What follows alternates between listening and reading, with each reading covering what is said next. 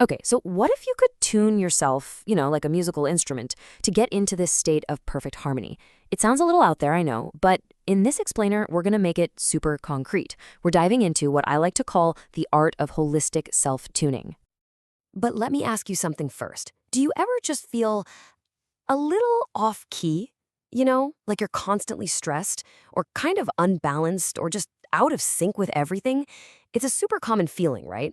Almost like a guitar that's been played so much it's lost its perfect pitch. And that right there is where this whole idea of self-tuning comes in. So here's our game plan. First, we're going to figure out what holistic tuning actually is. Then we'll get into the three pillars that hold it all up: the mind, the body, and the soul. And finally, we'll pull it all together to see how we create that total harmony we're all after. All right, first things first. What in the world is holistic tuning? Well, when you boil it all down, it's about finding your own personal frequency. Here's the official definition. It's a conscious practice, which means you do it on purpose, it's intentional, and maybe even more important, it's integrated. We're talking about aligning your mind, body, and soul so they work like one big, awesome system instead of, just separate parts you try to fix one at a time. And this really shows you the difference, right? The old way, these fragmented efforts, it's like playing whack-a-mole with your problems. You meditate because you're stressed, you go on a diet for low energy, but the results, they're usually temporary. Holistic tuning gets that it's all connected. You only find that lasting balance when you treat the entire system as one. Which brings us perfectly to our very first pillar, the mind. And this is all about tuning that constant inner dialogue we've all got going on. This quote just nails it, does it? Everything really does start right here, in your head. If your mind is a chaotic, negative place, well, your life is probably going to reflect that. That's why tuning the mind isn't just one step in the process, it is the foundation for everything else. So, how do we actually do it? Here are three real actionable steps. First up, mindfulness. This isn't about emptying your mind or stopping your thoughts. It's more about just observing them without getting swept away. Think of it like being the calm center of a storm. Second, gratitude. This literally retrains your brain to look for the positive, which starts to change your whole perspective. And third, keep learning. A curious mind is a healthy, tuned mind. Okay, let's move on to our second pillar, the body. Now, if your mind is the musician, then your body is the actual physical instrument. This is so important. You could have the most brilliant musician in the world. That's your mind. But if the instrument itself, your body, is out of tune or broken, the music is just not going to be great.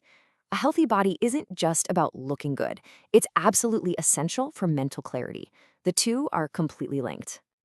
So how do we tune this instrument? Well, first, with mindful movement. That means finding an activity you actually enjoy, something that energizes you, not something that feels like a punishment. Second, nourish your body with intention. Start seeing food as fuel, as information that you're giving your cells.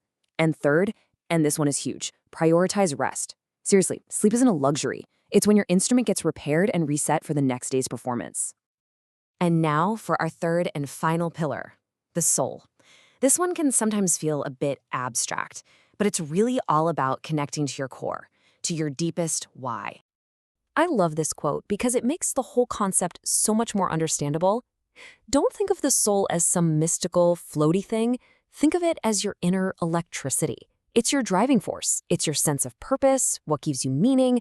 It's that unique energy that you and only you bring into the world.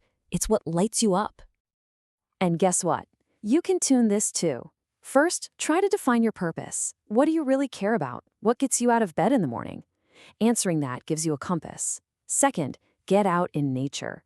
It is such a powerful way to ground yourself and feel like you're part of something bigger. And third, create something. I don't care if it's painting, writing, cooking, or coding, creative expression is basically your soul speaking out loud. Okay, now we get to the really good part, creating total harmony. This is where we bring all three pillars together and you learn to become the conductor of your own inner orchestra. So just picture your mind, body, and soul as the three main sections of your orchestra, like the strings, the brass, and the woodwinds. Each one is equally important. If your mind is stressed out, it doesn't matter how fit your body is. If your soul feels empty and disconnected, no amount of positive thinking is going to fix it. Real harmony only happens when all three are tuned up and playing together. And here it is, your simple but really powerful roadmap. For the mind, you practice mindfulness and gratitude to get clarity and calm.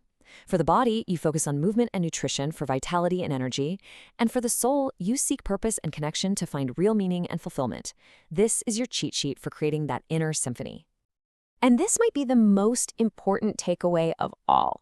Look, life is always going to try to pull you out of tune. Stress happens, challenges come up, that's just how it is. So the goal isn't to reach some permanent, perfect state of harmony.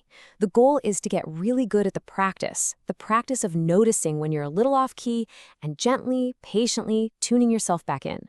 So just remember this, you are the conductor. You hold the baton. You have the power to tune your mind, your body, and your soul.